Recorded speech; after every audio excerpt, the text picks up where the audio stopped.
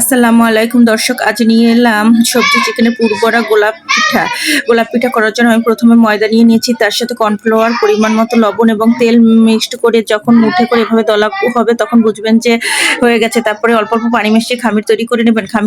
খামিরটাতে তেল মাখিয়ে আধা ঘন্টার জন্য রেস্টে রেখে দিলাম। তারপরে চলে এলাম পুর বানাতে। পুর বানানোর জন্য কাঁচামরিচ, পেঁয়াজ, আদা বাটা, রসুন বাটা, জিরে বাটা, আহ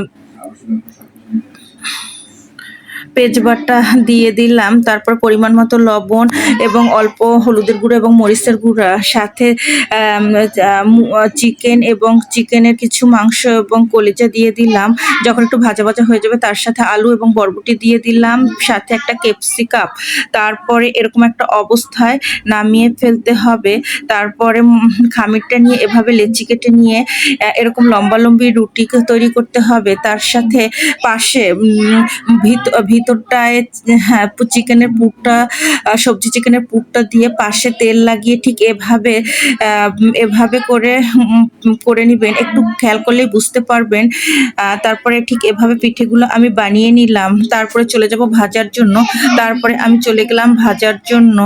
এভাবে চুলায় একটু দর্শক খেয়াল রাখবেন, ডুবো তেলে ভাজার চেষ্টা করবেন। জিনিসটা যদি ডুবো তেলে ভাজেন তাহলে খেতে অনেক ভালো লাগবে। ঠিক এ পর্যায়ে নামিয়ে নেবেন। আজ এ পর্যন্ত।